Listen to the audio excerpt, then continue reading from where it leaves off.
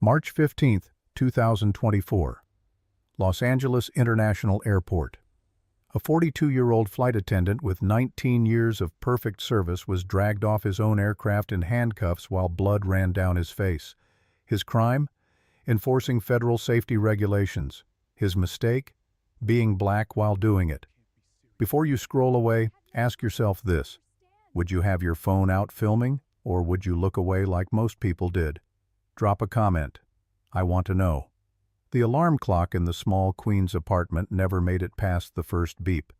James Thomas had spent 19 years waking before the sound finished, muscle memory from too many 4:30 call times.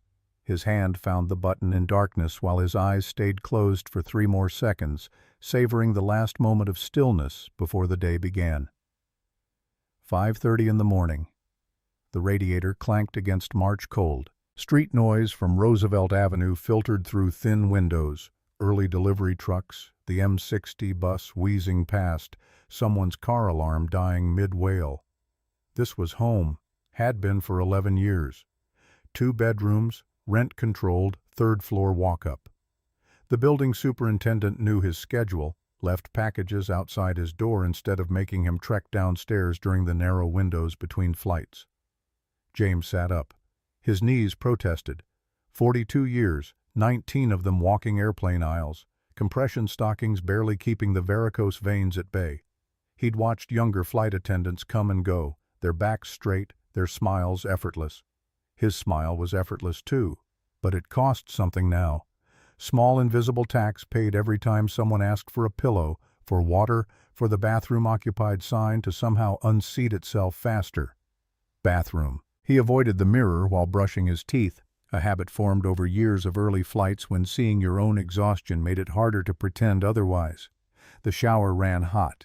One luxury he permitted himself, building maintenance be damned. Steam filled the small space. He stood under the spray and let it unknot the tension between his shoulders, that permanent tightness from reaching overhead bins thousands of times. By 5:55 he was in the kitchen, coffee brewing in the ancient Mr. Coffee machine his daughter had tried to replace 3 Christmases running. He kept refusing. The thing worked. Why fix what wasn't broken? The smell of cheap supermarket grounds filled the apartment, bitter and familiar, better than any alarm. His uniform hung on the bathroom door where he'd placed it the night before. White shirt, crisp from the laundromat's industrial press, navy vest with the Atlantic Airways logo embroidered over the heart. Black slacks with a crease sharp enough to cut.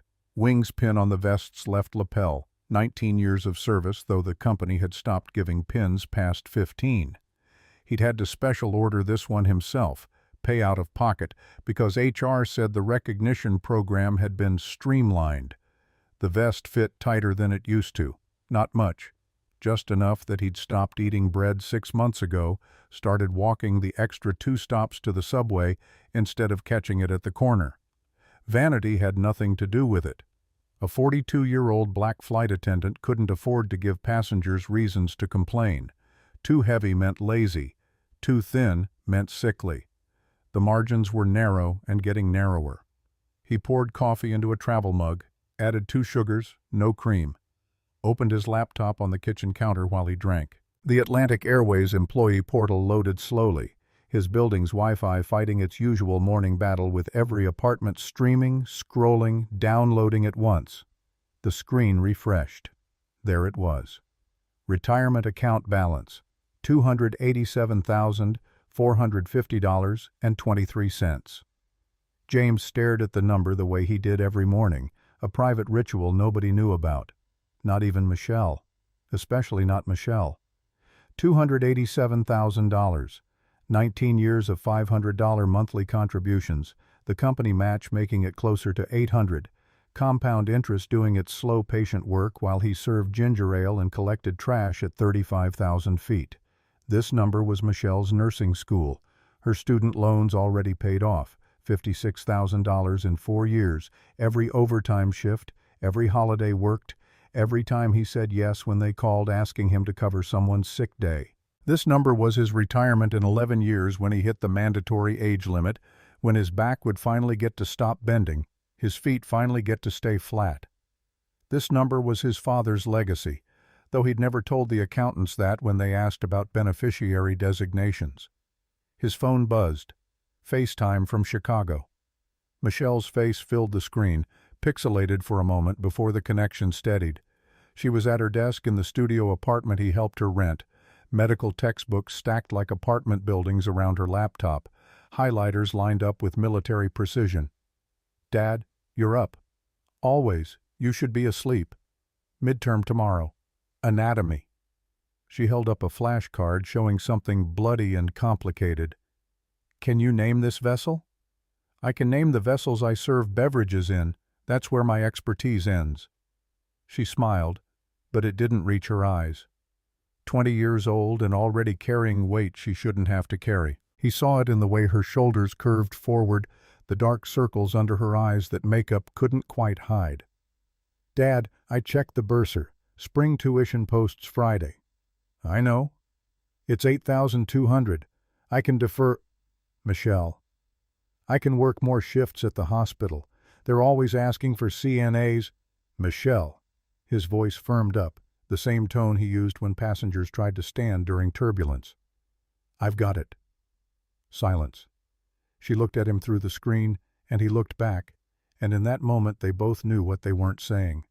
That $8,200 was 3 months of his salary. That he'd need to pick up extra flights, work the red-eyes nobody wanted, trade his days off for the premium pay that came with last-minute schedule changes. That's a lot of money. It's an investment. You're going to be a nurse. You're going to help people. That's worth it. "But what about you? When do you get to—" "I'm fine. You're always fine, even when you're not." He didn't answer that. Couldn't. She was right, and they both knew it. Michelle's expression shifted, something softer moving across her face. "You're working today?" "Flight 227, JFK to LAX. "First class?" "Yeah." "Good. Those tips will help." He didn't tell her that first-class passengers rarely tipped, that the wealthier they were, the less they saw him as a person who might appreciate $5. Didn't tell her that he'd learned to smile through their demands and their dismissals and their casual cruelty because that's what the job required. She had enough to worry about without carrying his burdens too. "When's your midterm?" 2 p.m. "You're going to crush it." "I hope so. This professor doesn't curve." "You don't need a curve. You're brilliant." She rolled her eyes, but he saw the smile she was trying to hide. "Okay, Dad. Go to work. Save the world at 35,000 feet. Love you, baby. Love you more." The screen went dark. He was alone again in his kitchen with cold coffee and a retirement account that was and wasn't enough, depending on which crisis arrived first. 6:15. He closed the laptop, rinsed his mug, checked his bag one final time. Passport, even though it was domestic, habit from international routes he'd worked years ago. Phone charger, Advil for the headache that would arrive around hour 3 of the flight.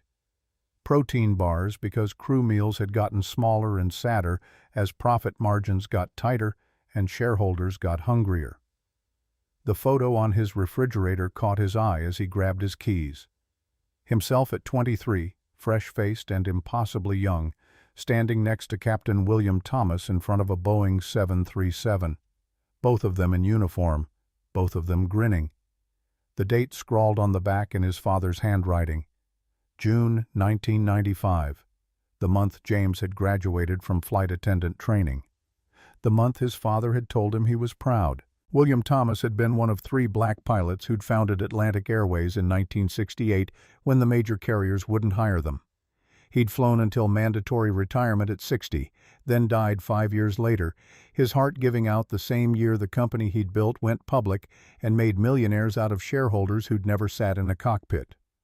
The will had been simple: 18% of Atlantic Airways to his only son. The shares had been worth $40 million in 2015 when William died. They were worth $340 million now, give or take the daily fluctuations of an airline stock that treated turbulence as metaphor. James had never told anyone, not Michelle, not the few friends who'd stuck around through the years, Not the union reps who fought for better pay while he sat in the back of the meetings and kept his mouth shut. He'd kept it secret because the moment people knew he was rich, they'd stop seeing him as a flight attendant. They'd see money, they'd see privilege, they'd see everything except the truth. The truth was simple. He wanted to earn respect, not inherit it. So he put on his vest with its 19-year pin, and he rode the M60 to the airport, and he worked the galley, and he smiled through the casual racism and the wandering hands and the passengers who snapped fingers instead of using call buttons. He did it because his father had taught him that dignity came from work, not wealth. That character was built in the doing, not the having. He locked his apartment door and started down the stairs, his rolling suitcase thumping against each step. Mrs. Kowalski from 2B was checking her mail, 70-something and unstoppable, the kind of New Yorker who'd outlive the cockroaches. "Early flight, James?" "Always." "You work too hard." "Keeps me young." She laughed, the sound echoing in the narrow hallway. "Young?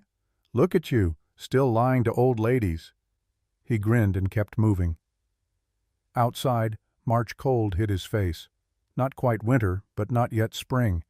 The sky that particular gray that meant rain later. Roosevelt Avenue was already awake, bodegas rolling up their gates, the halal cart on the corner sending up steam from its griddle, the smell of sausage and eggs mixing with bus exhaust and someone's cigarette smoke. The M60 pulled up right as he reached the stop. Small miracle. He climbed aboard, tapped his Metro card, found a seat near the back. The bus was half full with airport workers like him, TSA agents in their blue uniforms, baggage handlers with their reflective vests, gate agents clutching coffee cups like life preservers. Nobody talked. This was the silent fellowship of people who worked while others slept, who made their living in the margins between midnight and dawn, who knew the city best in its quietest hours. The ride to LaGuardia took 40 minutes, then the air train to JFK, another 30. He used the time to scroll his phone, checking the news, the weather in Los Angeles, the crew message board where flight attendants traded shifts and complained about management with varying degrees of professionalism. One message caught his eye. Posted 3 hours ago by someone with the username Sky High. Truth. Reminder that today marks 19 years since the last time Atlantic hired a black pilot. 19 years. But sure, tell me again how we don't have a diversity problem. The comments were predictable. Half the people calling it out, half making excuses, a few brave souls saying quiet parts loud. Maybe they're just not qualified. Stop making everything about race. I'm tired of this victim mentality. James closed the app.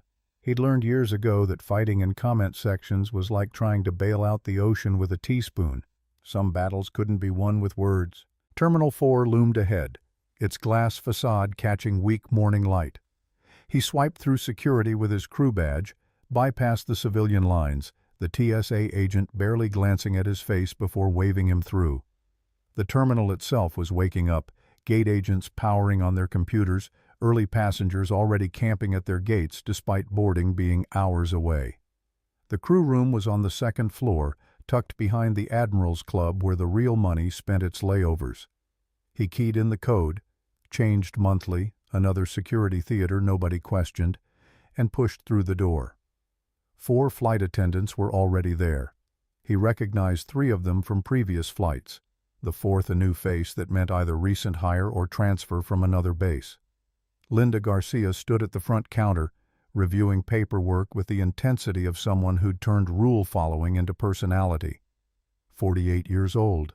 Chief flight attendant, 22 years with Atlantic. Linda ran the first-class cabin with efficiency that bordered on tyranny, the kind of person who believed proper service meant proper hierarchy, and proper hierarchy meant knowing your place.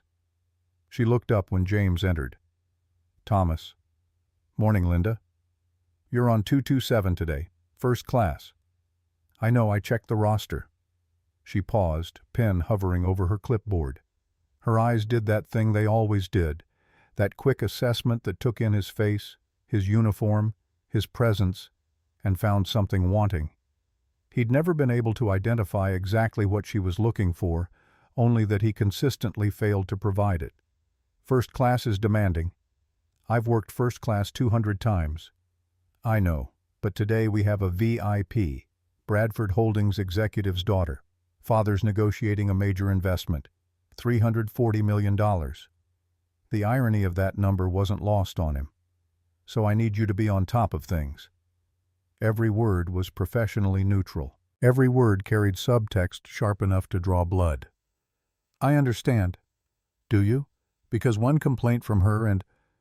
She didn't finish, didn't need to.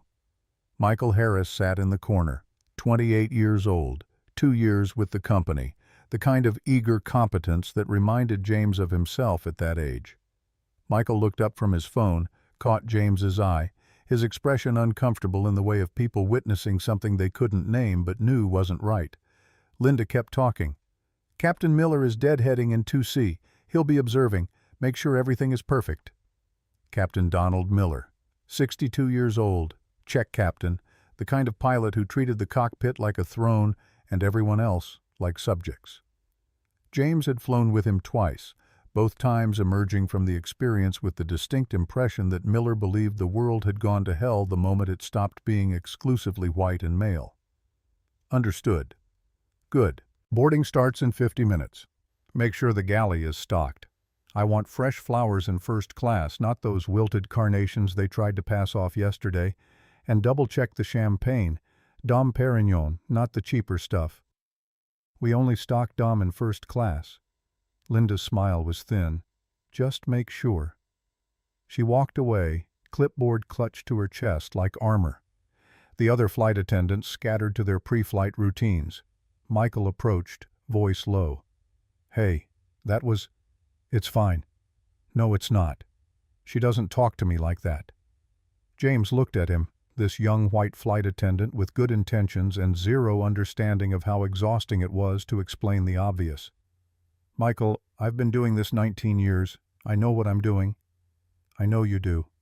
That's why it's messed up that I need to check my galley.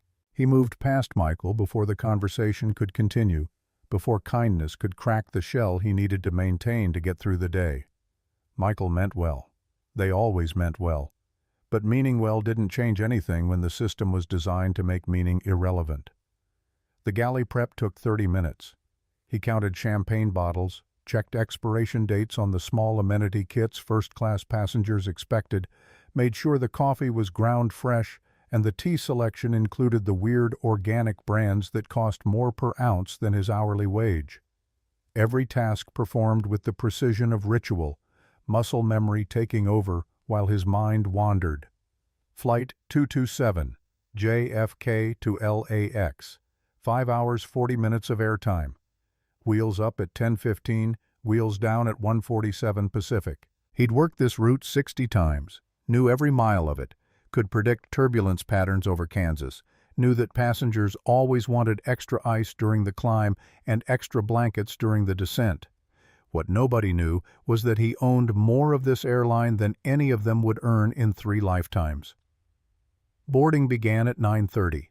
The first-class passengers arrived in their predictable sequence.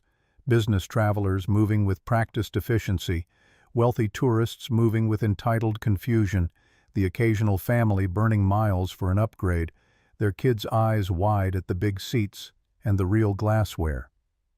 He stood at the entrance with his smile ready, his posture perfect, his voice calibrated to the exact frequency of professional warmth that said, "Welcome without promising friendship." "Good morning, sir. Welcome aboard." "Morning, ma'am. Can I help with your bag?" "Right this way. You're in seat 3A. Then she arrived. Ashley Rodriguez, 24 years old, ears. Designer everything. Bag, shoes, sunglasses that cost more than his monthly rent. She moved through the jetway with the particular grace of someone who'd never had to wonder if they belonged anywhere, followed by 2 assistants carrying bags and a man in an expensive suit who looked like he wished he were anywhere else. The gate agent's voice had gone up half an octave. "Miss Rodriguez, welcome. Let me get you settled. I'm already in first." Ashley didn't look up from her phone, thumbs moving in that rapid-fire way that suggested she was conducting 3 conversations simultaneously, none of them in person. "Of course, but we can move you to 1A if you prefer?" "Sure, whatever." James watched the interaction, filed it away. The gate agent's eagerness, Ashley's indifference, the way power manifested in small moments of people bending themselves around someone else's orbit. Ashley walked past him without acknowledgement. He was furniture. Furniture with wings and a smile, but furniture nonetheless. She settled into 1A, the assistants hovering, the suited man, Stephen Clark according to the manifest, taking 1C. James gave them 90 seconds to get situated before approaching. "Good morning, Miss Rodriguez. Can I take your coat?" She looked up. 3 seconds of assessment that felt like 30. Her eyes moved from his face to his name tag to his hands to his shoes and back to his face, the kind of once-over that left residue. "No." "Can I get you a pre-departure beverage?" "Champagne. Dom Perignon." "Of course. We'll be serving once everyone's—" "Now." The word hung in the air between them. Not a request. A test. He'd seen this before, this particular brand of power play that had nothing to do with thirst and everything to do with watching someone jump. "We're still boarding, ma'am. I can bring it once we're ready for pushback." "Do you not understand the word now?" Silence. The kind that makes everyone in a 10-foot radius suddenly very interested in their seatbelts. Captain Miller in 2C lowered his newspaper just enough to watch over the top of it. Judge Margaret Anderson in 3B kept reading her case files, but her pen stopped moving. Kenneth and Brenda Jackson in 4A and 4B looked at each other with the expression of people who'd been married long enough to communicate entire conversations without speaking. James kept his voice level, professional, warm as he could manage while swallowing his pride. "I'll get that for you." He walked to the galley. Michael was there, stocking napkins. "Did she just—" "Yeah. I know." James pulled a champagne flute from the rack, opened the Dom Perignon that was indeed the only champagne they stocked in first class because Linda's paranoia had foundation in past disasters, poured exactly 4 ounces the way the manual specified. Returned to 1A with the glass on a small tray, his smile restored to factory settings. "Your champagne, Miss Rodriguez." She took it without looking at him, sipped, set it down. "This glass has water spots." He looked at the glass.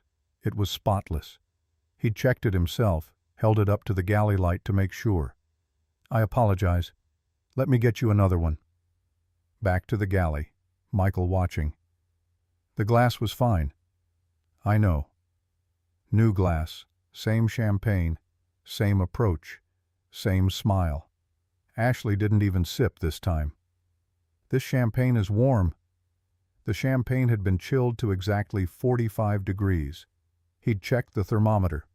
He'd done this job for 19 years, and he knew what temperature champagne was supposed to be. "Ma'am, it's been chilled to regulation temperature, but if you'd prefer it colder—" "Are you arguing with me about temperature?" Stephen Clark in 1C shifted uncomfortably. "Ashley, it's fine." "Stephen, stay out of this." James felt the familiar tightness in his chest, that sensation of walls closing in while you had to keep smiling, keep breathing, keep pretending this was normal customer service and not something sharper and meaner. "I'm not arguing, ma'am. I'm just trying to understand your preference so I can—" "Get me a cold one." He did.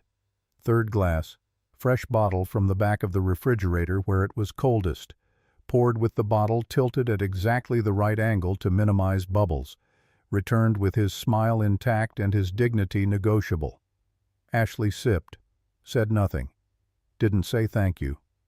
The glass sat on her tray table, condensation forming, proof that it was cold enough, that it had always been cold enough. Boarding continued. More passengers, more smiles, more bags lifted into overhead bins that made his shoulders scream. Christopher Lee in 1B, laptop already open, fingers moving across the keyboard with the speed of someone on deadline. He glanced up when James passed, made eye contact, nodded. Professional acknowledgement, nothing more. 10:15. The main cabin door closed. Gate agent made the final count announcement. Captain Richard Gonzalez's voice came over the PA, smooth and practiced. "Good morning, folks. This is Captain Gonzalez. Welcome aboard Flight 227 with service to Los Angeles. Flight time today is 5 hours 40 minutes. Weather in LA is beautiful, 72 degrees and sunny. We're currently number 4 for departure, so we should be in the air in about 15 minutes. Flight attendants, prepare for departure." James stood at the front of first class, ready to demonstrate the safety procedures he'd demonstrated 4,000 times. He waited for the cabin to settle, for conversations to pause, for attention to drift his direction. Ashley's voice cut through the quiet. "Can you keep it down? I'm on a call." He looked at her. She had her phone to her ear, speaking to someone with the kind of aggressive intimacy that suggested father, boyfriend, or business partner who'd crossed into one of those categories. "Ma'am, FAA regulations require all passengers to pay attention to the safety demonstration. I've seen the safety thing 100 times. That may be true, but I need to ask you to end your call for the next few minutes." She looked at him then, really looked at him, and her eyes were cold in the way that comes from never having been told no by someone who mattered. "Are we going to have a problem? I'm just asking for a few minutes of your attention. It's for the safety of everyone on board." Ashley stared at him. 4 seconds. 5. 6. Then she made a show of ending her call, the sigh so theatrical it could have played Broadway, the eye roll visible from the back of the cabin. "Fine. Happy now?" James didn't answer. He began the safety demonstration, his hands moving through the familiar motions while his mind cataloged everything that had just happened and everything that was about to happen, because he knew with the certainty of 19 years' experience that this flight was nowhere near finished testing him. The plane pushed back from the gate, taxied to the runway, took off into gray March sky over Queens, climbing through clouds that were and weren't like the ones he'd grown up under, banking west toward a future nobody in that cabin could predict. What James didn't know as the wheels left the ground was that in 3 hours and 12 minutes, Ashley Rodriguez would throw champagne in his face. That in 3 hours and 17 minutes she would shove him into a galley wall hard enough to leave bruises. That in 3 hours and 53 minutes he would be handcuffed and bleeding, dragged down the aisle in front of 40 witnesses who would either film or look away. But either way, remember. What nobody in that cabin knew was that the man serving them champagne owned 18% of the company, that the retirement account on his phone represented more than money, represented generations of struggle and sacrifice and the quiet dignity of showing up every day to a job that tried to make you small. That by the time this flight landed, 6 lives would be destroyed, an entire airline would be grounded, and the trajectory of American aviation would change forever. But right now, at 10:27 a.m. Eastern Time, 32,000 feet over Pennsylvania, James Thomas was just a flight attendant doing his job, serving drinks, collecting trash, smiling through the small cruelties that passengers mistook for their right. And somewhere in the back of his mind, in a place he rarely let himself examine, he wondered how much longer he could keep doing this, how much longer anyone could. The question would be answered before the day was over, in ways none of them were prepared for. The seatbelt sign chimed off at 35,000 feet. James unbuckled from the jump seat and stood, his knees protesting the angle they'd been locked in during climb. First-class service would begin now. Drinks, then meal orders, then the long stretch of maintaining an atmosphere of luxury for people who measured their worth in how invisible the staff remained. Ashley pressed the call button before he'd taken 3 steps. He arrived at 1A with his professional mask firmly in place, the micro-adjustments to posture and expression that came from years of managing other people's comfort at the expense of his own. "Yes, Miss Rodriguez? I want the salmon." "Excellent choice. And for your side?" "No. I want your salmon." He blinked. Once. Processed what she'd just said, and the deliberate emphasis on the possessive. "I'm sorry, ma'am?" "The crew meals. I want what you eat." The request landed in his chest like a stone. Crew meals were prepackaged affairs, nothing like the plated service first class received, designed for efficiency and cost savings rather than enjoyment. They came in foil containers, reheated in the same convection ovens but portioned smaller, cheaper cuts of protein, vegetables that had seen better days before being frozen and shipped in bulk. Our crew meals are different from passenger service. The first-class salmon is, "I know what I want." Stephen Clark shifted in 1C, his discomfort visible in the way his shoulders drew up, his hands fidgeting with his phone. "Ashley, just order from the menu." "Stephen, I said I know what I want." The words hung between them, weighted with something beyond food preference. This wasn't about salmon. This was about watching someone jump when commanded, about power expressed in the smallest possible gesture because the small gestures were the ones that reminded everyone involved exactly where the lines were drawn. James felt the familiar calculation running in his head. He could refuse, should refuse. The crew meals were allocated for crew, they didn't have extras, and giving Ashley his meal meant he'd be eating pretzels from the snack box for the next 4 hours. But refusing meant escalation, meant Ashley would complain to Linda, meant Linda would make his life harder for creating a problem with a VIP passenger whose father was negotiating $340 million. He walked to the galley. Michael looked up from the meal cart he was organizing for coach service. "Everything okay?" "She wants crew salmon." "We don't have extra—" "I know." Michael's face shifted through several expressions before landing on frustrated resignation. "You're giving her yours." "Yeah. That's not right."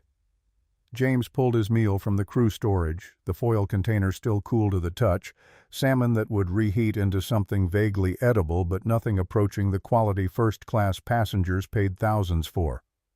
"I need you to cover galley for a minute." "James." But he was already plating the crew salmon on first-class china, arranging it with the garnish meant for passenger service, making the inferior product look as presentable as possible because that's what the job required. His stomach growled in preemptive protest. He returned to 1A and placed the plate in front of Ashley. She glanced at it, her expression unreadable. "This looks disgusting." Heat rose in his chest, the kind that came before anger, if you let it, but he'd learned long ago how to strangle anger before it reached his face. "You asked for the crew meal, ma'am. If you'd prefer the first-class salmon, just bring me the chicken." He removed the plate, returned to galley, plated the chicken, brought it back. Ashley ate 3 bites and pushed the tray away. "I'm done." "Can I get you anything else?" "Another champagne." 4th glass of the flight. He poured it, served it, retreated before she could find something else wrong. The galley felt smaller than usual, the walls pressing in, Michael's presence both comfort and witness to the slow erosion of his dignity. "You should report this." "Report what? That a passenger changed her mind about her meal?" "You know it's more than that." James looked at Michael, 28 years old and still believing the system worked if you just followed the right channels, filled out the right forms, trusted that justice existed somewhere up the chain of command. He'd believed that too once, 19 years ago when the world seemed simpler and fairness felt possible. "I have to finish service." He moved through the cabin with mechanical efficiency. Judge Anderson requested ginger ale, and when he brought it she looked at him with eyes that had spent decades reading people in courtrooms, seeing through performances to the truth underneath. "Thank you, James." She'd remembered his name from the earlier exchange, or read it off his name tag, and the small acknowledgement felt like water in desert country. He nodded and moved on. Kenneth and Brenda Jackson wanted coffee and orange juice, and Kenneth said please and thank you with the intentionality of someone who'd been raised to believe manners mattered. Brenda touched his arm lightly when he delivered their drinks. "You're doing great, sweetheart." The endearment shouldn't have meant anything. She was 64 years old, had probably called 1,000 service workers sweetheart in her life, but it landed somewhere tender, reminded him that not everyone in this cabin saw him as furniture with a pulse. Captain Miller in 2C wanted coffee. Black. He didn't look up from his newspaper when James delivered it, didn't acknowledge his presence beyond the slight shift that allowed James to place the cup on the tray table. The newspaper was Wall Street Journal, the fold precise, the reading posture of a man who'd spent decades believing his authority extended beyond the cockpit into every space his body occupied. Christopher Lee in 1B was the interesting one. Mid-40s, laptop open to what looked like a news article in draft form, fingers flying across keys with the rapid-fire precision of someone on deadline. He glanced up when James approached. "Coffee, please. Black, 2 sugars." "Of course." When James returned with the coffee, Christopher was watching Ashley with an expression that suggested calculation, observation, the particular attention of someone whose job involved documenting human behavior. His laptop screen was angled away, but James caught fragments as he set down the cup. Pattern of entitlement. Pattern of service industry workers. Wealth disparity. A journalist. Had to be. The question was whether he was writing about aviation or something broader, and whether the something broader included the small drama unfolding in row 1. The meal service stretched into its second hour. James worked with the efficiency of muscle memory, his body performing tasks his mind had catalogued years ago, leaving his consciousness free to drift. He thought about Michelle's midterm, hoped she'd slept at least a few hours, knew she probably hadn't.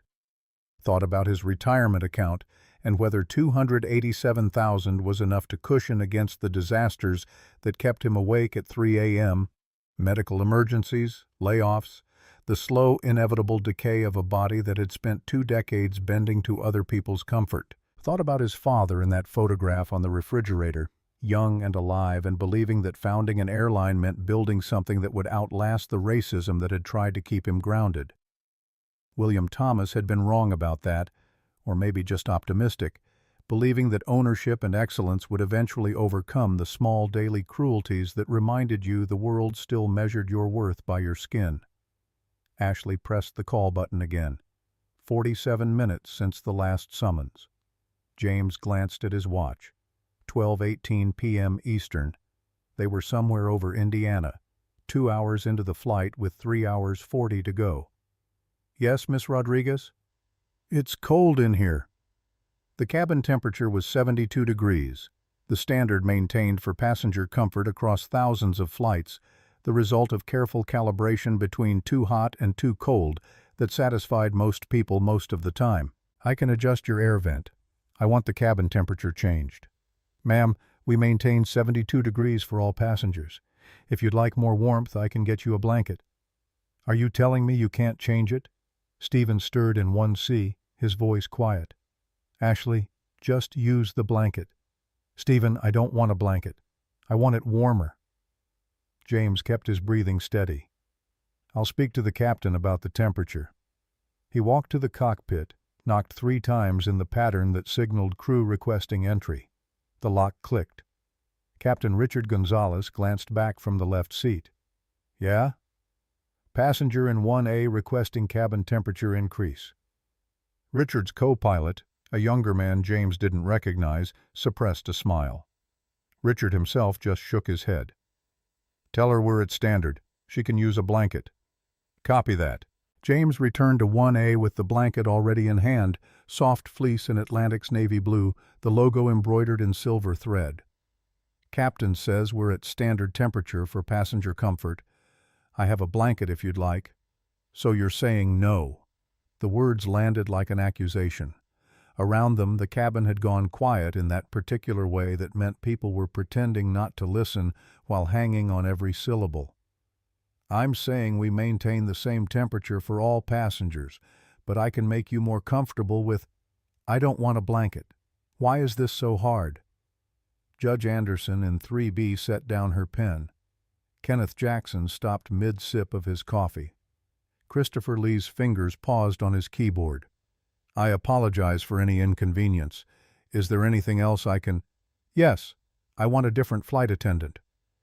The sentence detonated in the small space of first class. Not loud. Didn't need to be. The words themselves carried enough force.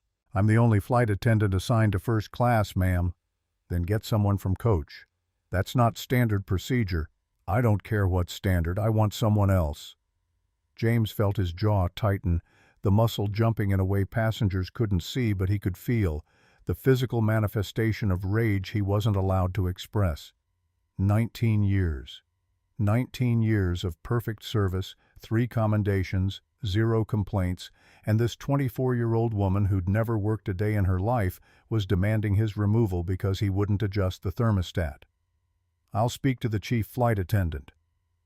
Linda was in the coach galley when he found her, reviewing something on her phone with the concentration of someone avoiding eye contact with passengers. She looked up when he approached, and something in his face must have telegraphed the situation because her expression shifted to annoyance before he'd said a word. What? Passenger in 1A wants a different flight attendant. Linda's eyes narrowed. Did you do something? The question landed like a slap. Did you do something? Not what happened, not what's the situation, but the automatic assumption that if a passenger complained, the employee must have failed. I did my job. She wants someone else. Why? Because I'm black, and she's not used to black people telling her no.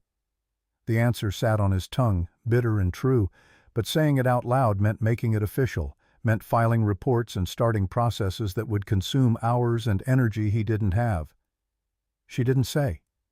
Linda's jaw worked. She glanced toward first class, then back at James, running her own calculation. Give her Michael. He's working 40 passengers in coach. Then you work coach. Michael does first. Linda, that's not... Don't argue with me. Switch sections, now. The unfairness of it crystallized in his chest, solid and cold. He'd done nothing wrong. Nothing except exist in a space where a wealthy passenger had decided his presence was unacceptable, and Linda's response was to reward that preference, to confirm that yes, James could be moved, could be made to disappear if the right person objected. No. Linda's eyes widened.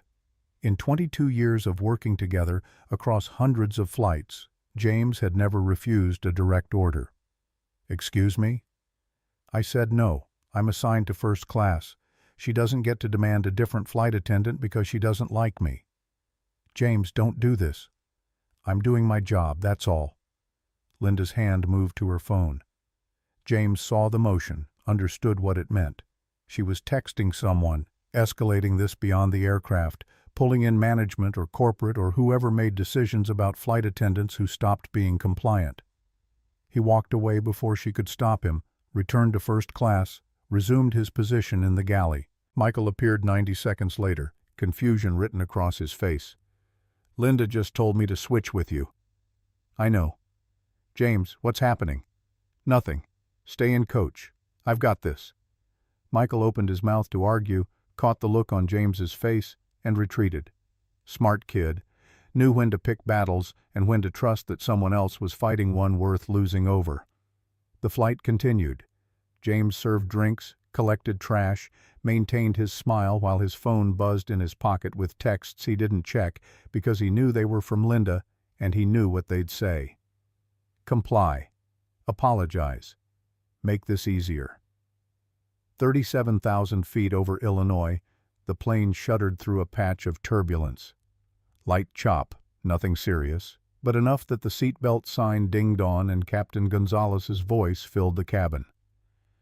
Folks, we're hitting a little rough air. Flight attendants, please take your seats for a few minutes while we work through this. James headed for the jump seat. Ashley stood. Ma'am, please return to your seat.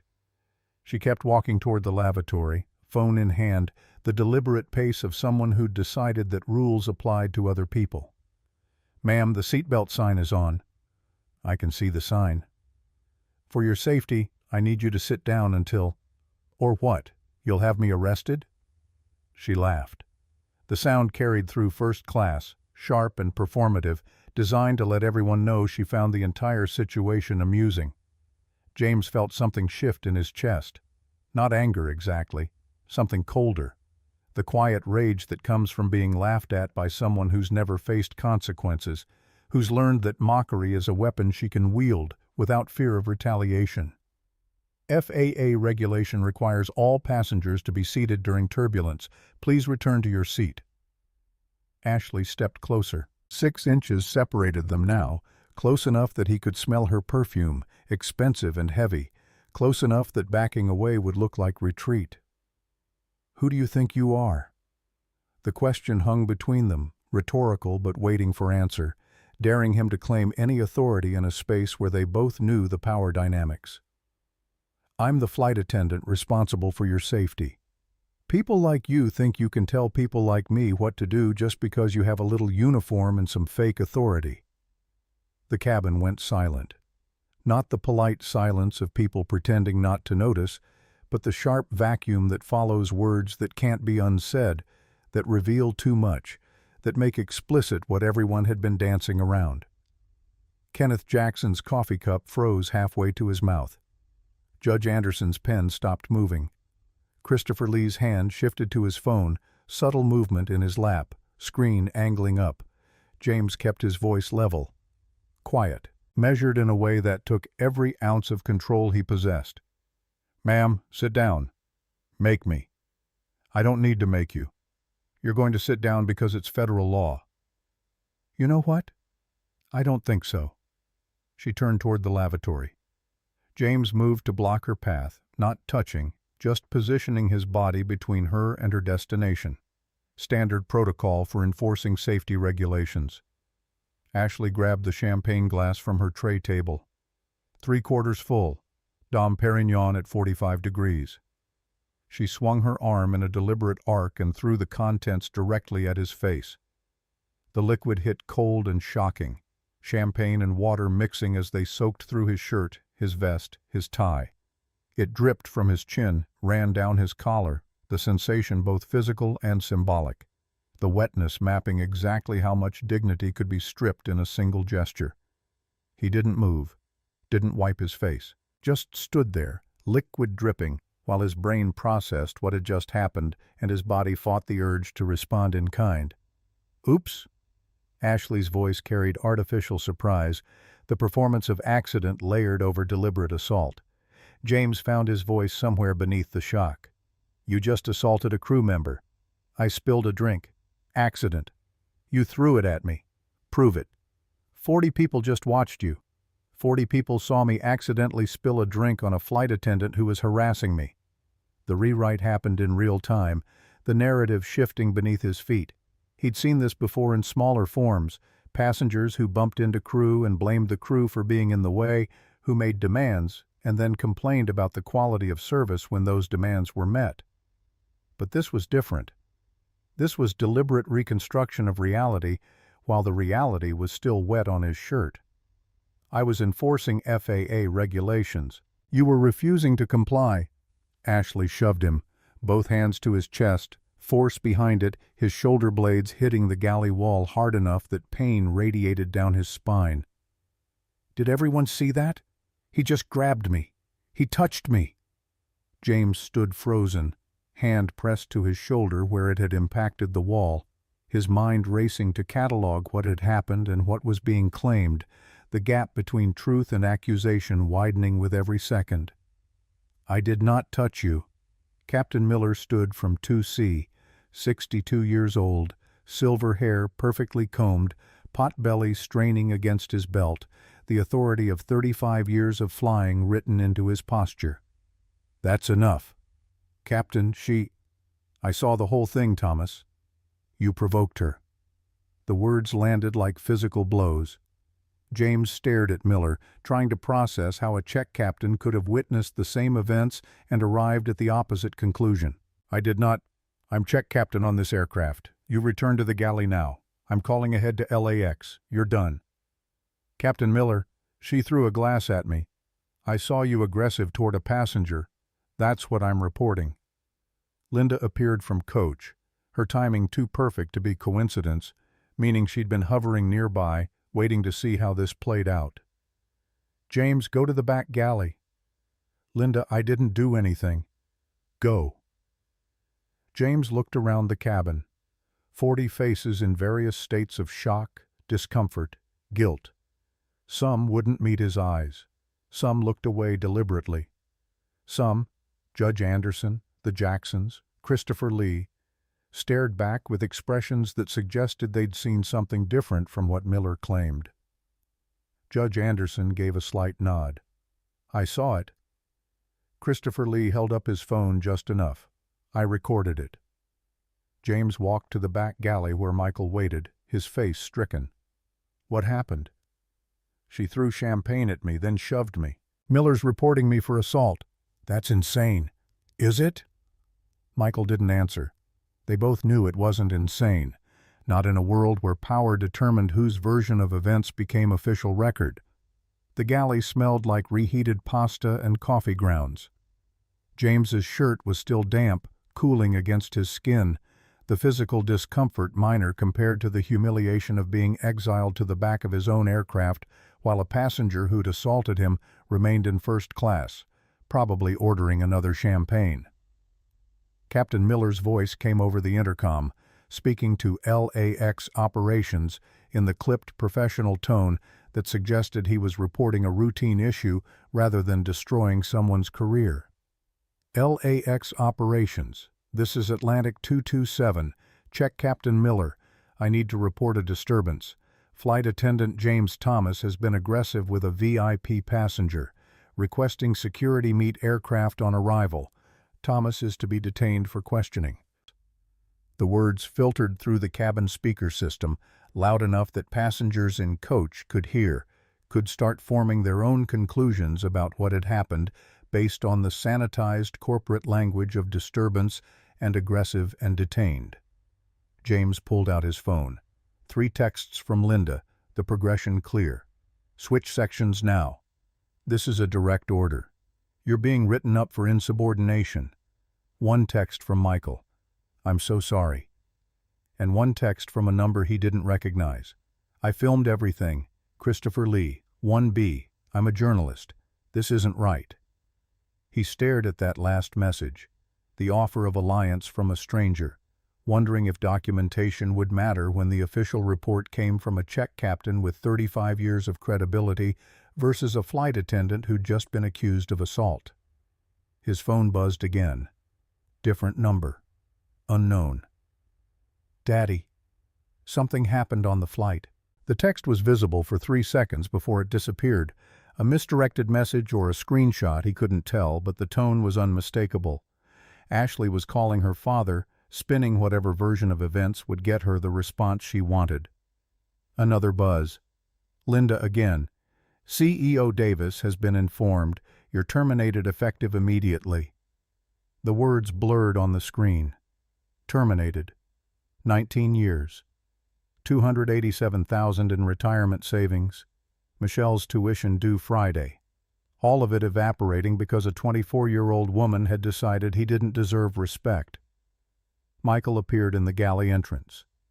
"They can't do this. You have union protection." "Union protection takes weeks. They're firing me now. Then we fight. I'll testify. The Jacksons will testify. That judge." "Michael." James looked at him, this young flight attendant who still believed the system protected people who were right. "Thank you, but I need you to go back to coach. Don't get caught up in this." "I'm already caught up in it. I saw what happened." "Then write it down. Time-stamp it. But stay out of Linda's line of fire." Michael hesitated, caught between solidarity and self-preservation, the eternal dilemma of witnesses who had their own livelihoods to protect. "I'm sorry." "I know."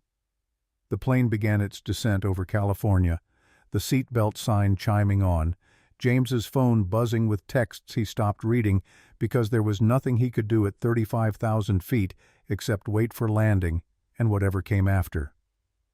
Somewhere in first class, Ashley Rodriguez was on her phone again, probably telling her father how a flight attendant had harassed her, had gotten physical, had made her feel unsafe. The story would reach Robert Williams, billionaire CEO, who would call Joseph Davis, Atlantic Airways CEO, who would make sure the problem was solved before the plane touched ground, the problem being James, being his job, being 19 years of his life that could be erased with a phone call from someone whose daughter had learned that throwing champagne was consequence-free if your father had enough money. The California coast appeared through the window, brown hills and blue ocean, LAX sprawling in the distance, runways like gray ribbons laid across the basin. James watched the city approach and thought about his father, about William Thomas, who'd founded an airline because the world wouldn't let him fly for anyone else, who'd believed that ownership meant safety from the systems designed to keep you grounded. His father had been wrong. Money didn't protect you. Power didn't protect you. Not when the power was incomplete, not when you kept it secret, not when you tried to earn respect through work instead of demanding it through wealth. The wheels touched down at 1:47 p.m. Pacific Time. The landing was smooth. The passengers applauded, that strange ritual of celebrating pilots for performing the basic function of their job. James didn't applaud. He stood in the back galley and waited for what came next. The plane taxied to the gate. Through the windows, James could see them waiting. 3 security vehicles, lights off but unmistakable, parked in positions that suggested they'd been there for a while, waiting for this specific aircraft, this specific problem. The parking brake engaged. Seatbelt sign off.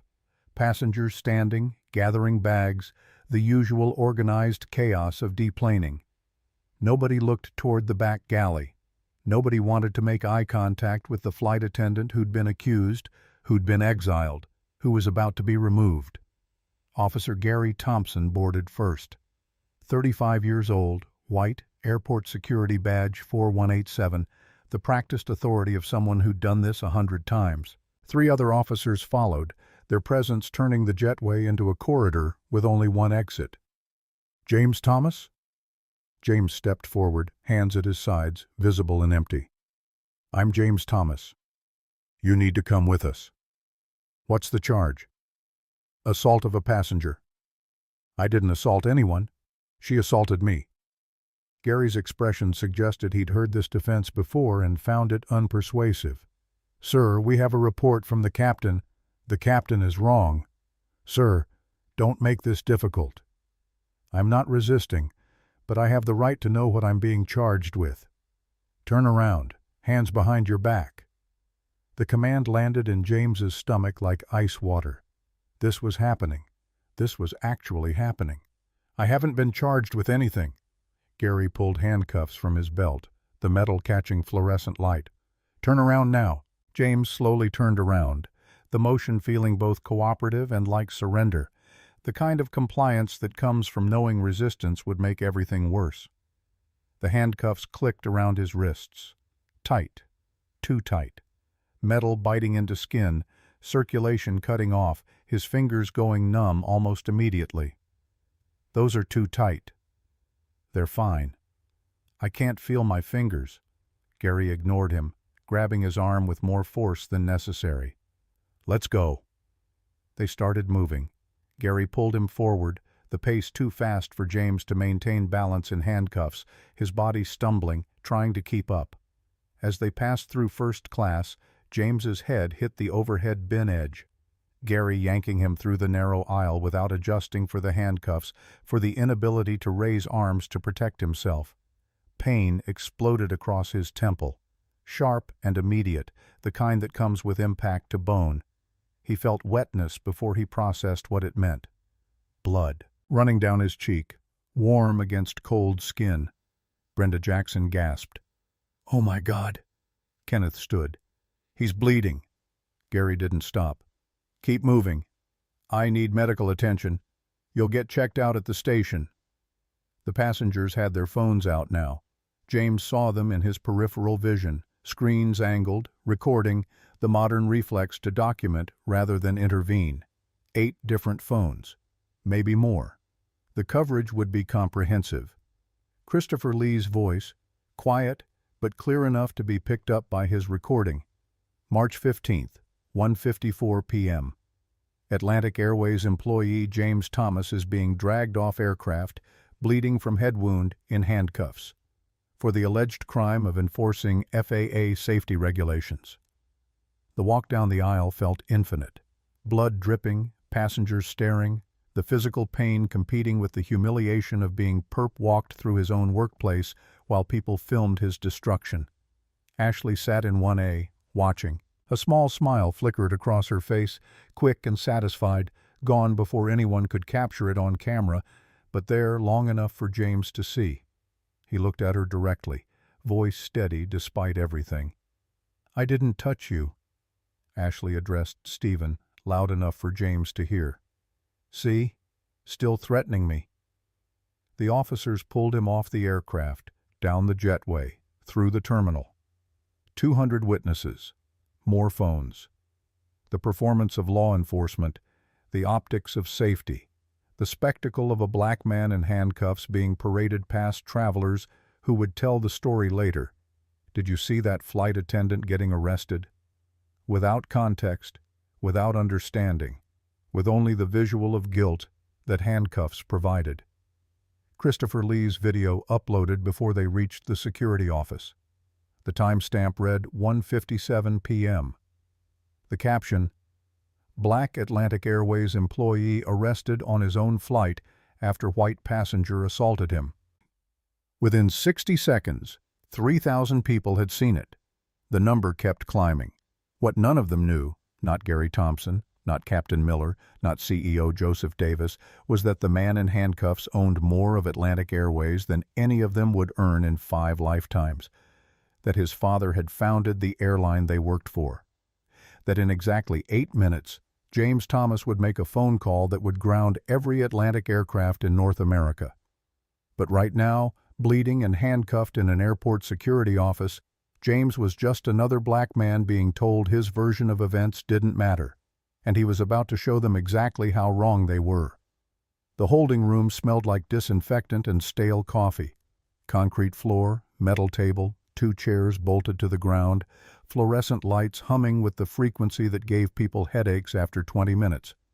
No windows, no clock. Just the two-way mirror reflecting James's face back at him, blood dried on his temple, shirt still damp from champagne, handcuffs catching light every time he shifted his weight.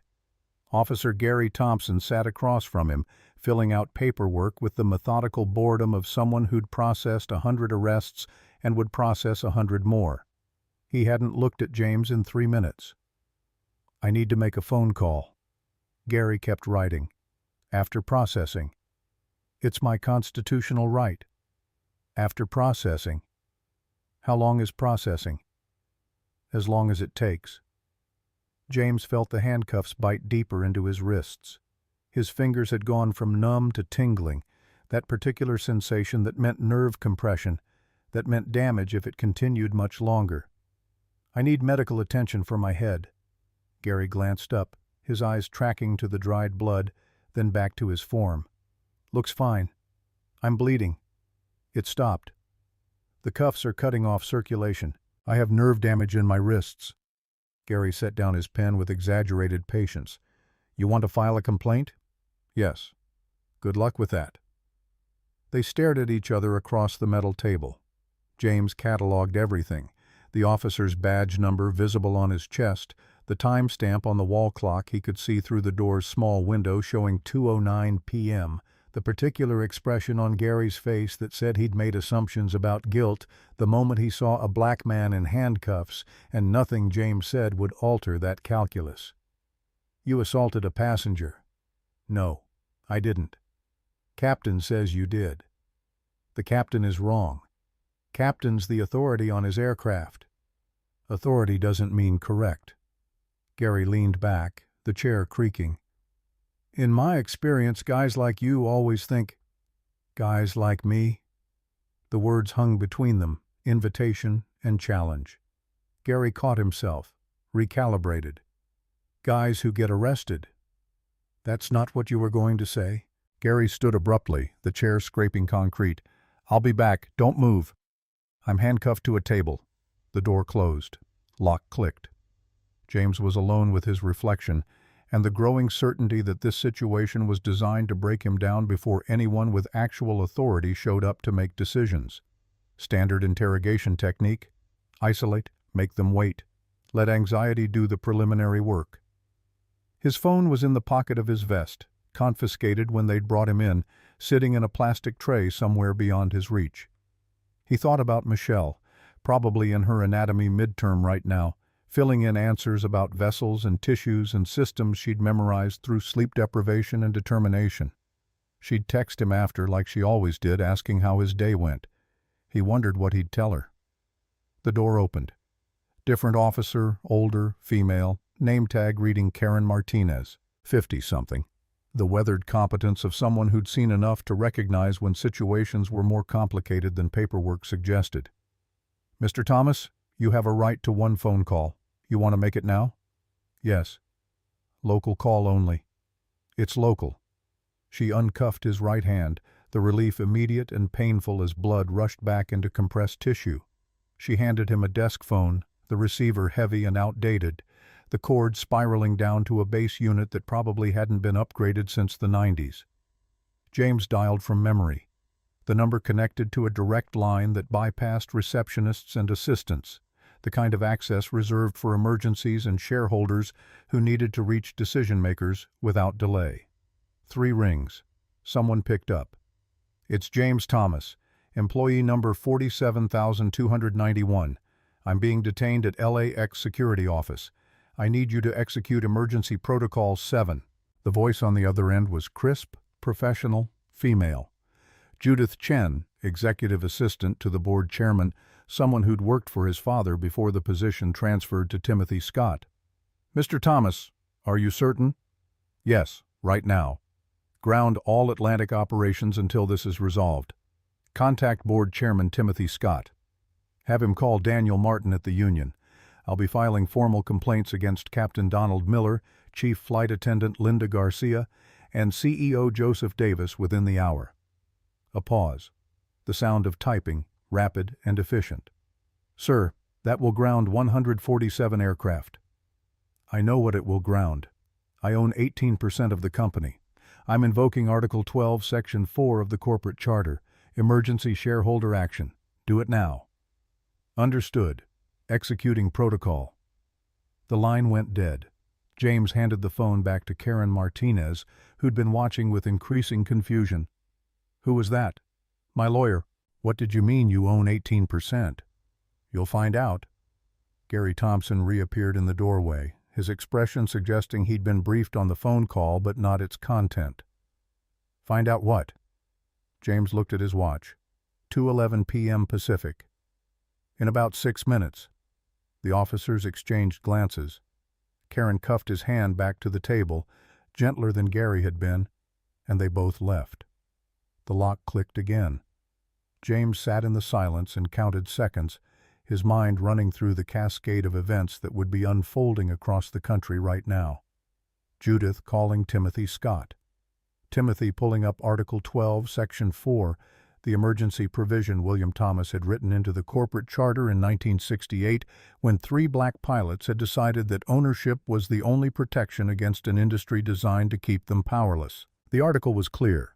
Any board member or major shareholder who alleged safety violations or corporate malfeasance could halt operations pending investigation. The threshold was high, required 18% or more of voting shares, but James had exactly 18%. Timothy would verify the shareholding records, would confirm James's identity, would make the call to FAA operations, would issue the emergency grounding order that would ripple through air traffic control centers from coast to coast, pulling Atlantic aircraft out of the sky like fish from water. His phone, still in that plastic tray somewhere, would be exploding with texts. Linda panicking. Joseph Davis realizing he'd just fired a major shareholder. Captain Miller, understanding that his report had triggered something larger than he'd anticipated. And somewhere in first class, probably still waiting for her bags, Ashley Rodriguez would be calling her father to spin her version of events, unaware that the man she'd assaulted owned more of the airline than her father would ever invest. 2:14 p.m., 3 minutes since the call. The door burst open. Karen Martinez again, but her energy had shifted, the casual authority replaced with something sharper. "Mr. Thomas, there's been a development. You need to come with me." "Am I being charged?" "No, you're being released." Gary appeared behind her, his face showing the particular confusion of someone whose understanding of a situation had just inverted. "Ma'am, the captain's report is being reviewed. Uncuff him." Gary moved forward reluctantly, his hands fumbling with the key, the handcuffs finally releasing with a click that felt more like defeat than freedom. James rubbed his wrists, red marks already darkening to bruises, circulation returning with pins and needles that made him wince. What changed? Karen looked at him with new assessment. Your lawyer called the board chairman. The board chairman called our director. Our director called me. You're free to go. That's not what I asked. She studied him, the calculation visible. You really own part of this airline? 18%. Gary's face went pale. Actually pale, the color draining in real time as he processed what he'd just arrested, who he'd handcuffed, whose head he'd let hit an overhead bin hard enough to draw blood. Karen's expression was more controlled but equally recalibrating. There are people waiting for you, board chairman and your union representative. James stood. His knees protested. He'd been sitting in stress position for 43 minutes, his body compressed and tense, adrenaline finally draining and leaving exhaustion in its wake. I need the security footage from this room, all 43 minutes. I'll make sure it's preserved. I need it now. Copied to my lawyer's office within the hour. Karen nodded. Consider it done. James walked past Gary Thompson, close enough to smell the officer's nervous sweat, close enough to see the moment Gary realized his career had just taken a very bad turn. You should probably call your union rep too. The corridor outside was different from when he'd entered. Before, it had been empty except for the officers escorting him. Now there were people. Atlantic Airways executives in suits, airport operations staff hovering at a distance, the nervous energy of a situation spiraling beyond anyone's control. Daniel Martin stood near the end of the corridor, 55 years old, black, gray threading through his hair, sharp suit that announced competence before he spoke. Union president for Atlantic Airways crew members, but also a practicing attorney, the kind of dual expertise that made him invaluable when situations crossed from labor dispute to legal crisis. Next to him was Timothy Scott, 60 years old, white, silver hair perfectly styled, board chairman of Atlantic Airways, and the man who'd taken over leadership after William Thomas died. Timothy's face showed controlled panic, the expression of someone managing a catastrophe while pretending to be calm. Daniel reached James first. You okay? James touched his temple where dried blood pulled at skin. I need a minute. You need a hospital. That's a head injury. I need to know what's happening. Timothy stepped forward, his voice low and urgent. Mr. Thomas, on behalf of the board, I deeply apologize. Save it. We'll talk tomorrow at the meeting. Of course. Is there anything you need right now? James felt the weight of 19 years compress into this moment. Every time he'd been passed over, every microaggression he'd swallowed, every passenger who'd treated him like furniture, every decision to stay quiet because speaking up would cost more than silence was worth. Yes, I need Captain Donald Miller's pilot license suspended immediately pending investigation. I need Linda Garcia removed from all flights, and I need security footage from this office for the last 43 minutes.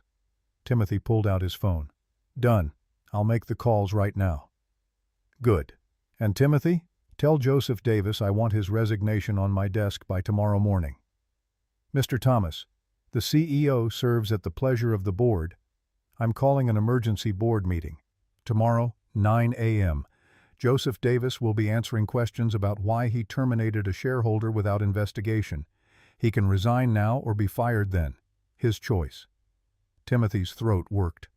I'll convey the message. Daniel guided James away from Timothy, down the corridor toward the terminal proper, his hand on James's elbow, both support and steering. How much pain are you in? Head hurts, wrists are numb. I'll survive. That's not the question. How much pain? James stopped walking. The adrenaline was wearing off, leaving clarity that felt almost hallucinogenic.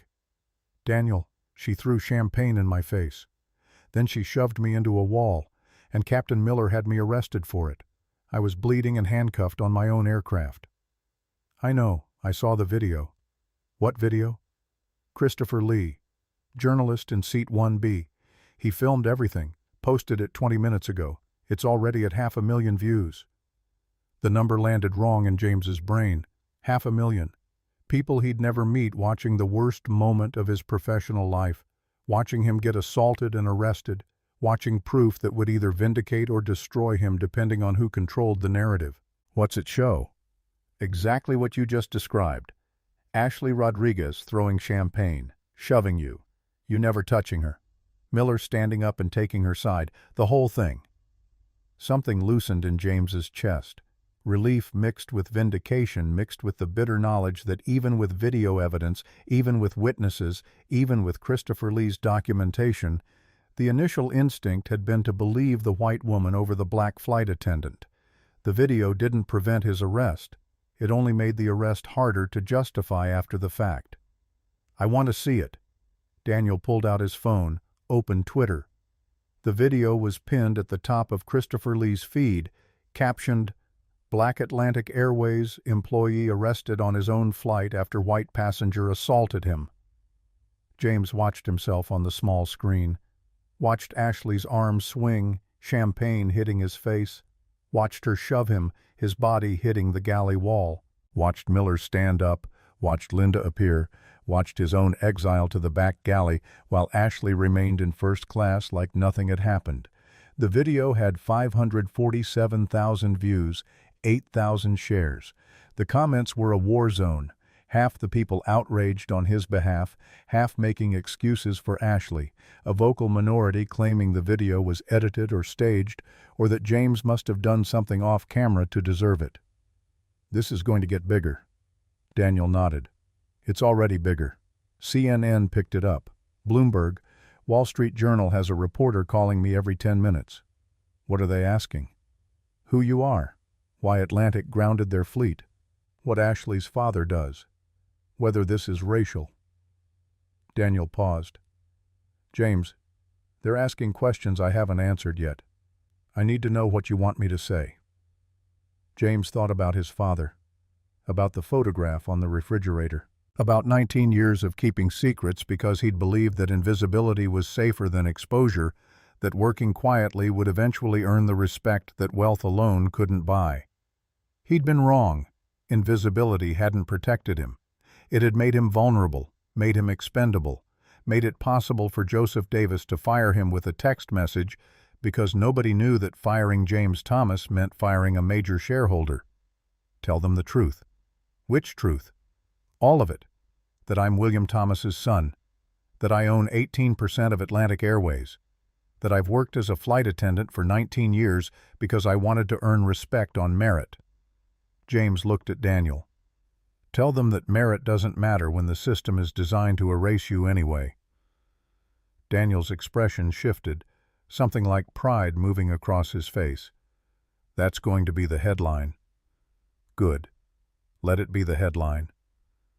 They walked through the terminal toward the gates. Passengers stared, some recognizing James from the video that was apparently everywhere now, some just reacting to the blood on his face and the Atlantic Airways uniform. A few held up phones, adding to the documentation, the permanent record of this day spreading through social media like wildfire through dry brush. Gate 24 was still active. Flight 227's passengers long gone, but the aircraft still parked, cleaning crew visible through the windows. James stopped at the gate counter. The agent who'd been working when they boarded, Melissa Thompson, looked up and her face went through several expressions before settling on horrified recognition. "Mr. Thomas, I'm so sorry. I didn't know."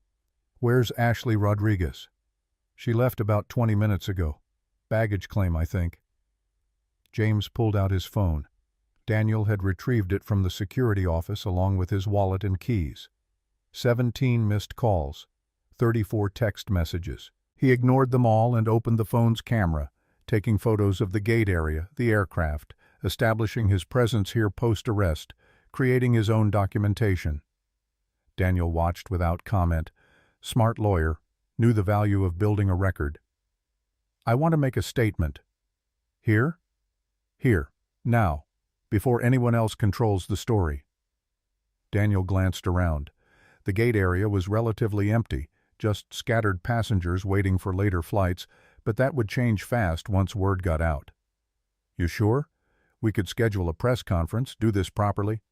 Properly means letting PR people write scripts. I want people to hear it from me. Daniel hesitated, then pulled out his phone. I'll record it, post it to the union's account and your personal if you want. James straightened his vest, aware of how he looked. Blood on his face, champagne stains on his shirt, exhaustion written into every line of his body. Good. Let them see what happened. Let them see the cost of standing up when the system wanted you to stay down. Daniel hit record. My name is James Thomas, employee number 47,291. I've been a flight attendant for Atlantic Airways for 19 years. His voice was steady. He'd found the same tone he used for safety demonstrations, the practiced authority of someone who'd spoken to passengers thousands of times. 2 hours ago, I was arrested on my own aircraft, in front of 40 passengers, while bleeding, in handcuffs. My crime? Enforcing FAA safety regulations. He paused, let the words settle. What really happened?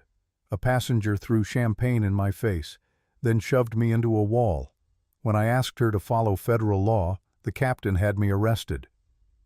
A passenger walking by stopped, then another. Phones came out. Not just Daniel's official recording now, but half a dozen spontaneous witnesses, the modern chorus documenting in real time. Some of you know me as a flight attendant. What you don't know is that my father was Captain William Thomas, one of 3 black pilots who founded Atlantic Airways in 1968. When he died in 2015, he left me 18% of this company. Murmurs from the growing crowd. Someone gasped. The revelation landed exactly as he'd intended. Shock, disbelief, the narrative inverting in real time. I could have cashed out, could have never worked a day in my life, but my father taught me something. Dignity comes from work, not wealth. Respect is earned, not inherited. He felt the truth of those words even as he spoke them, felt the way they'd guided 19 years of choices that had led him to this moment. For 19 years, I put on this uniform. I served passengers. I followed every rule. I did my job with pride. And today, I was treated like a criminal because I refused to let a wealthy passenger endanger herself and others. His voice hardened. This isn't just about me. This is about every employee of color in this industry who's been passed over, every flight attendant who's been harassed, every worker who's been told to smile while being abused. It ends today. The crowd had grown to maybe 30 people now, the airport's natural traffic pattern funneling travelers past this gate at the exact moment James was rewriting the story. Effective immediately, I am calling for the resignation of CEO Joseph Davis, who ordered my termination without investigation. I am calling for the suspension of Captain Donald Miller, who filed a false report. I am calling for the termination of Chief Flight Attendant Linda Garcia, who enabled passenger abuse of crew members. He paused, making sure the camera caught his eyes. And I am calling for a full independent investigation into discrimination practices at Atlantic Airways going back 10 years. The fleet is grounded until these things happen. I don't care if it costs $14 million a day. Someone in the crowd yelled, "Hell yes!" Others applauded. The energy was shifting, the narrative solidifying around him instead of against him. Because some things are worth more than money. Dignity, justice, truth. Thank you. Daniel stopped recording. The crowd didn't disperse immediately. Several people approached, wanting to shake James's hand, to express support, to share their own stories of workplace discrimination and casual cruelty. An older black woman with a TSA uniform hugged him, tears in her eyes. Thank you for saying it. Thank you for standing up.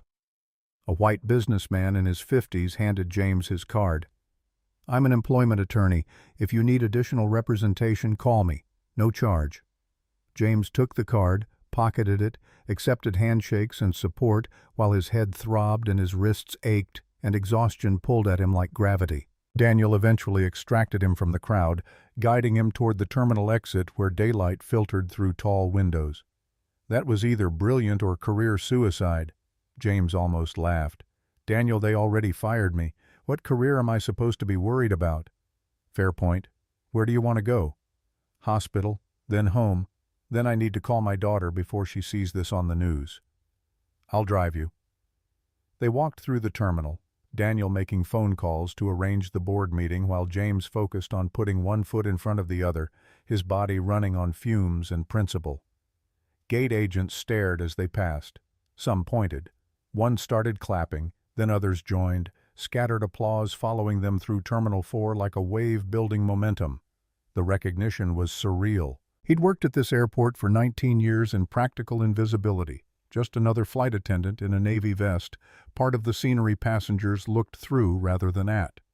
Now people were recording him on their phones, posting to Instagram and TikTok, turning him into something he'd never intended to be, a symbol, a headline, a story bigger than his own life. Daniel's car was in employee parking, a sensible Toyota that reflected his personality, practical, reliable, nothing flashy. James collapsed into the passenger seat, his body finally allowed to acknowledge how much it hurt. The head wound was pulsing in time with his heartbeat. His wrists were swollen. His shoulder blade felt bruised from hitting the galley wall.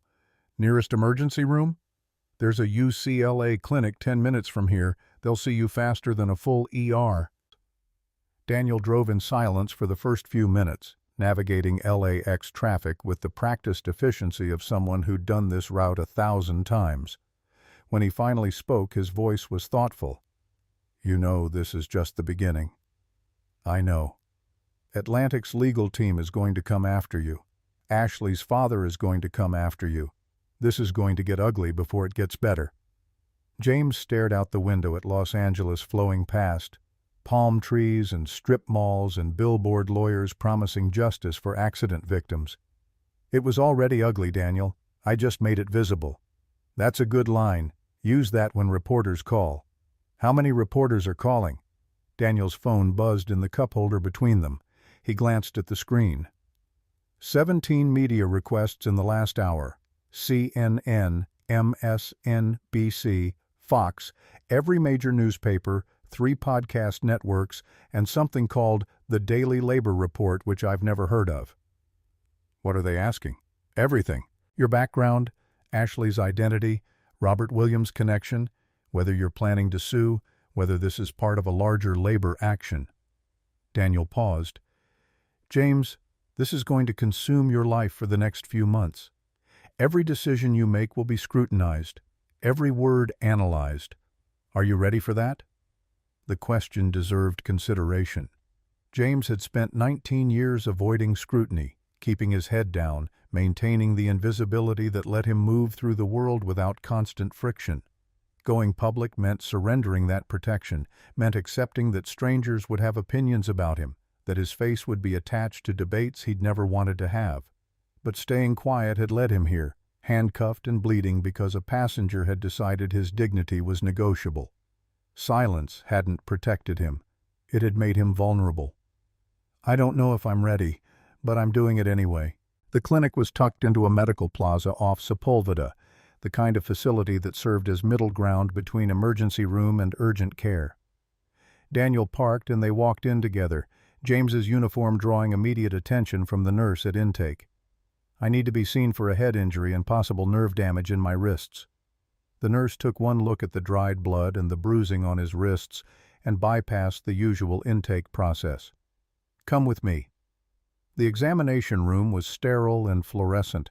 The doctor, a young South Asian woman who introduced herself as Dr. Patel, and proceeded to conduct the most thorough physical exam James had received in years.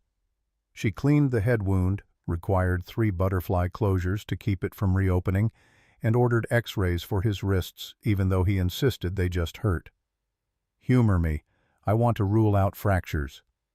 The x-rays came back negative for breaks, but showed soft tissue swelling consistent with handcuff compression. Dr. Patel prescribed anti-inflammatories and wrote a detailed report documenting all injuries, their probable causes, and recommended follow-up. This is assault. You should file a police report. Already documented. But thank you. She handed him the report. her eyes serious. "I saw the video. What happened to you was wrong." James took the report, another piece of documentation for the growing file. "Thank you." By the time they left the clinic, it was past 5 p.m. Pacific, which meant past 8 in New York, which meant Michelle had definitely finished her midterm and would have seen the news. James pulled out his phone as Daniel drove, scrolling through texts until he found hers. 23 messages. The progression told the story. Initial confusion. "Dad, is this you on Twitter?" Mounting alarm. "Dad, call me now." Eventual panic. "Please tell me you're okay, I'm freaking out." He called. She picked up before the first ring finished. "Dad? Dad?" "I'm okay, baby." "Hey, you're okay? You're okay? Dad, you were arrested. I saw the video. There's blood." "I'm fine, I'm out. I'm with Daniel. We're heading home." "What happened? The news is saying you own the airline? That you grounded all the planes?" James closed his eyes, leaned his head against the car window. "It's complicated. Uncomplicated." So he did. Told her everything. The champagne, the shove, the arrest, the phone call, the emergency protocol. Told her about the 18% he'd kept secret, about her grandfather's legacy, about 19 years of trying to earn respect through work instead of demanding it through wealth. Michelle was quiet when he finished. The silence stretched long enough that James checked his phone to make sure the call hadn't dropped. "Michelle? I'm here. I'm just—" Her voice cracked. "I'm so angry, Dad. I'm so angry I could scream." "I know." "No, you don't. Because you're always so calm about this stuff. You always just take it and move on and you never fight back, and I've watched it my whole life and I—" She stopped, breathing hard. "I'm glad you fought back this time." James felt something loosen in his chest. "Me too. What happens now?" "Board meeting tomorrow. Then probably legal proceedings. Then I don't know." "Do you still have a job?" The question landed in a complicated space. Technically, he'd been fired. Technically, he could probably demand reinstatement. Technically, he owned enough of the company to make himself CEO if he wanted. "I don't know yet. We'll figure it out." "Dad, I can defer tuition if you need—" "No. I've got your tuition. That account is separate and protected." "But if they fired you—" "Michelle, I own 18% of a company worth about $2 billion. Your tuition is covered." Silence again. Then, "Holy shit." Language. "Dad, you're a billionaire. On paper. It's complicated. And I'm not changing my life. I'm still your dad. Or, I still work for a living. Money doesn't change that." "But it could. You could retire. You could—" "I could do a lot of things. Right now, I'm going to go home, sleep, and show up to a board meeting tomorrow where I'm going to make sure the people who did this face consequences. After that, we'll see." Michelle was quiet again, and when she spoke her voice was softer. "I'm proud of you." The words hit harder than they should have. James pressed his free hand against his eyes, fighting the sudden pressure behind them. "Thank you, baby." "Call me tomorrow after the meeting?" "I will. Go study. You have another test this week." "Dad, I can't study. I'm watching you become a viral news story in real time." "Michelle, I love you. Be safe. And Dad, burn it all down." She hung up before he could respond. James sat with the phone in his lap, his daughter's blessing ringing in his ears. Daniel glanced over. "She okay?" "She told me to burn it all down." "Smart kid. You raised her right." Daniel navigated onto the freeway, heading east toward downtown. "Speaking of burning things down, you need to prepare for tomorrow.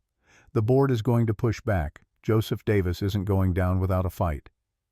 "Let him fight. I've got Article 12, Section 4. I've got video evidence. I've got witness statements. You've also got a very angry billionaire whose daughter you just made infamous." James had been trying not to think about Robert Williams, about the kind of man who'd threatened to pull $340 million in investment because his daughter wanted a different flight attendant, about the resources available to someone who measured wealth in billions and power in board seats and influence in phone calls that made CEOs jump. What's he going to do? Legally? Probably nothing. The video makes Ashley's liability too clear. But Robert Williams doesn't just operate legally. He'll come at your reputation, dig into your past, find anything that makes you look bad, and amplify it. My past is 19 years of perfect service. Everyone has something. A bad relationship, a financial mistake, a comment taken out of context. He'll find it and weaponize it. James thought about his life, cataloging vulnerabilities. His father's death and the inheritance. Michelle's mother, his late wife Angela, who died of cancer when Michelle was 4, leaving him a single parent at 26. The years of struggling to pay rent and child care while working entry-level flight attendant wages before the death benefit and life insurance had eased the pressure. Nothing scandalous, nothing secret, just the ordinary difficulties of an ordinary life documented in tax returns and medical bills and the slow accumulation of stability. Let him dig. He won't find anything. James, I've done this for 30 years. There's always something. Then we'll deal with it when it comes. Daniel's phone buzzed again. He glanced at it, frowned, pulled over to the shoulder to read properly. His expression darkened as he scrolled. What?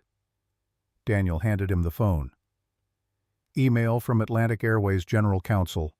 Emergency board meeting scheduled, March 16th, 9 a.m. Agenda items include review of shareholder action, discussion of CEO performance, investigation into Flight 227 incident, and consideration of Mr. James Thomas's ongoing employment status. They're putting my employment up for debate? They're trying to regain control of the narrative, make it look like they're the ones investigating you instead of the other way around. James read the email again. The language was careful, neutral, designed to sound reasonable while obscuring the power dynamics at play. Can they terminate a shareholder? They can't terminate your shares, but they can terminate your employment if they claim just cause, and then you'd be a shareholder who doesn't work for the company anymore. What's their argument for just cause? Probably that you violated procedure by grounding the fleet without consulting the full board first, that you acted unilaterally in a way that cost the company millions. Article 12 gives me that right. Article 12 was written in 1968 by 3 black pilots who were terrified of being pushed out of their own company. Most of the current board members probably don't even know it exists. Daniel pulled back onto the freeway. They're going to argue it's outdated, that it was never meant to be used this way, that your father wouldn't have wanted you to hold the company hostage. My father wrote that article specifically so that people like me couldn't be pushed out. This is exactly what he wanted it for. I know that. You know that. Tomorrow you're going to have to convince 12 board members, half of whom probably think you're the problem. James leaned back against the headrest, exhaustion pulling at him like undertow. Tomorrow, 9 a.m. 12 board members and whatever legal arsenal Atlantic's counsel could assemble overnight, against him and Daniel and the truth. The truth would have to be enough. Daniel dropped him at his Queens apartment just before midnight East Coast time, having driven straight from LAX to the airport for a red-eye back to New York. James climbed the 3 flights of stairs, each step an exercise in willpower, his body finally crashing after running on adrenaline for 14 hours. Mrs. Kowalski's door cracked open as he passed. "James, I saw the news." "I'm okay, Mrs. Kowalski. That girl who hurt you, she should be ashamed. She should be a lot of things. Good night." His apartment felt different when he unlocked the door. Same furniture, same layout, but the space had changed because he'd changed, because the person who'd left at 6 a.m. that morning to catch a flight to LAX wasn't the same person coming home at midnight. The photo on the refrigerator drew his attention. His father's face, young and proud, standing next to an equally young James in their matching uniforms. June 1995. 29 years ago. His father had been 47 then, roughly the same age James was now, already carrying the weight of building something that would outlast him. I did what you taught me, Dad. I stood up. The photo didn't answer. James stood there anyway, drawing strength from the memory, from the legacy, from the knowledge that his father had faced worse and survived, had built an airline from nothing because the alternative was accepting that the world would always tell him no. His phone buzzed. Daniel. Press conference scheduled for 10 a.m. tomorrow after the board meeting. Major networks confirmed. You ready? James typed back. As ready as I'm going to be. Another buzz. One more thing. Christopher Lee wants to interview you. Says he's been investigating airline discrimination for months, and your case connects to bigger patterns. Interested? James thought about the journalist in seat 1B who'd filmed everything, who'd posted the video that made this whole cascade possible, who'd apparently been working on a story about exactly the system James had just crashed into. Yes, after the press conference. He showered, the hot water turning rust-colored as it washed dried blood from his hair, changed into clean clothes, made himself eat something even though he wasn't hungry, protein bar and water, fuel for tomorrow. Set his alarm for 6 a.m. Lay down in bed and stared at the ceiling, too wired to sleep despite exhaustion. His mind kept replaying the day, Ashley's face when she threw the champagne, the cold shock of handcuffs. Gary Thompson's assumption of guilt. The moment he'd made the call and set everything in motion. Tomorrow would be harder. Tomorrow he'd face the board, face questions about his judgment, face people who'd known his father and would have opinions about whether James had honored or betrayed that legacy. But tonight, lying in his apartment with the city humming outside his window, James Thomas allowed himself to feel something he hadn't felt in 19 years. Hope. Not the passive hope of waiting for things to get better. The active hope of having fought back and survived. Of having made himself visible when visibility was the most dangerous thing he could do. Of having trusted that the truth, when documented and spoken clearly, had power even against billionaires and board members and the accumulated weight of systems designed to keep him quiet. He'd fought back, and tomorrow he'd finish what he'd started.